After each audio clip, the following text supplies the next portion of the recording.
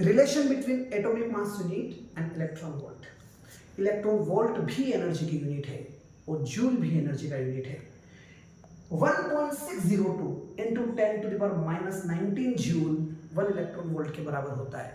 अगर हमें एक एटम दिया हुआ है जिसका मास होता है 1.660539 into 10 to the power minus 27 kg, एक एटम के मास को according to theory of relativity energy में कन्वर्ट करना है तो कितना एनर्जी जनरेट होगा। हमारे पास इक्वेशन है आइंस्टीन के एनर्जी इक्विवेलेंस रिलेशन से E equals to mc square.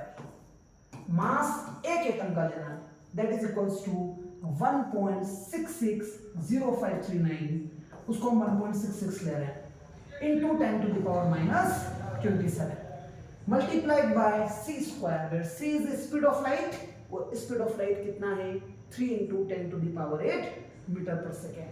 So mc square 1.66 into 10 to the minus 27, 8 to the 16 and 3 का स्क्वायर is 9। 9 का मल्टीप्लाई 1.66 में करने पर हमें मिलेगा 14.94 minus 27 and 16 it gives a value 10 to the power minus 11। This much energy is generated in joule when mass of one atom is converted into energy. Now we need to convert joule into electron volt. The relation is here.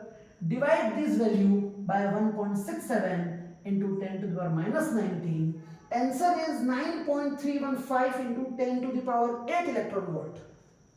यहां से दो zero निकाल कर इससे multiply कर दीजिए, ये 931.5 हो जाएगा। यहाँ 10 to the power 6 बचेगा, 10 to the power 6 को here लिखते हैं mega. That's why electron volt will be equals to mega electron volt. It means one atomic mass unit, mass of one atom can be converted into 931.5 mega electron volt. Thank you very much.